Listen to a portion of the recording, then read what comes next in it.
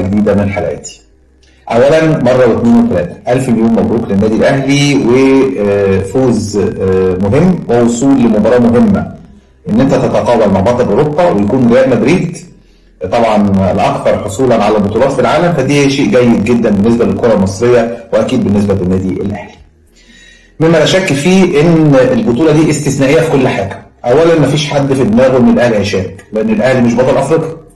ففجأة الأهلي يشارك وفجأة يتقابل مع أوكلاند سيتي كأنه هو الفريق المنظم للبطولة، نظرا لأنه المنظم للبطولة هو بطل أفريقيا. بطل أفريقيا الحقيقي الوداد خسر بالهلال وخرج من البطولة، ولم يتبقى إلا النادي الأهلي عشان يتقابل في الدور قبل النهائي مع نادي ريال مدريد. مباراة صعبة، مباراة قوية، بس كل شيء استثنائي.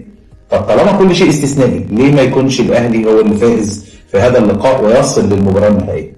النادي الأهلي بيمر بأفضل فتراته الفترة الأخيرة، ونادي ريال مدريد بيمر بأسوأ فتراته الفترة الأخيرة، وبالتالي كان آخرها النهاردة وهزيمته من ريال مايوركا بهدف بنيران صديقة. يعني ممكن نقول إن الهدف ريال مايوركا هو قفشة اللي جابه، زي بالظبط كده لما قلت إن قفشة يعني مش هو اللي جاب الجول، ده بنيران صديقة الأهلاوية زعلوا. طب هو ده تقليل في إيه يا جماعة؟ كده يبقى تقليل من النادي الأهلي؟ لا خالص. دي كورة يا جماعة، ممكن أكسب بهدف من نيران صديقة، ممكن ألعب كورة بالعرض واحد يحطها في نفسه، المهم إن أنا كسبت. لكن ده مش تقليل من النادي الأهلي أبدا، لكن الناس بتاخدها بنوع من الحساسية بصورة كبيرة جدا. نرجع تاني ونقول النادي الأهلي اشترك بصورة استثنائية.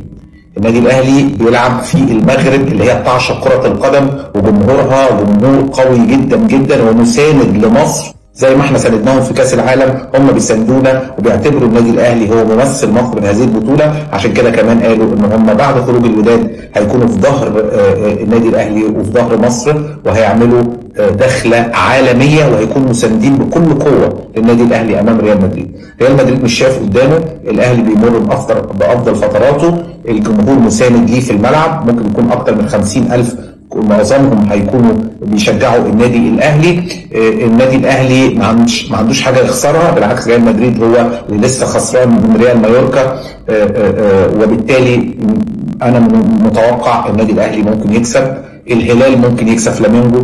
المباراه النهائيه تكون ما بين فرقتين من العرب، وهتكون دي يعني انجاز تاريخي للكره المصريه والكره السعوديه والمغرب وكل الفرق العربيه، كلنا بنبقى مساندين ليها. مبروك للنادي الاهلي، وافتكروا كلامي، الدنيا ماشيه زي سكينه في الجاتوه، بدليل كمان ان معظم لعيبه ريال مدريد اتعوروا، واهمهم كريم بنزيما الراس حربه اللي هو اخر مكان في الملعب، واول مكان في الملعب كورتوا اتعور النهارده. بسم الله ما شاء الله، مش عايز احسد يعني، النادي الاهلي جامايكا شغل 10/10 النهارده، العفاريت شغاله الله ينور مع النادي الاهلي، وبالتالي ان شاء الله باذن الله الاهلي يفوز على ريال مدريد، رغم ان انا زملكاوي لكن اتمنى الفوز عشان خاطر صحابي وزمايلي واصدقائي الاهلاويه اللي بتمنى لهم ان هم يفرحوا، وان برضه جزء كبير من مصر يفرح بعد فوز تاريخي. واكيد فوز فريق مصري على فريق ريال مدريد هيعمل يعني رجه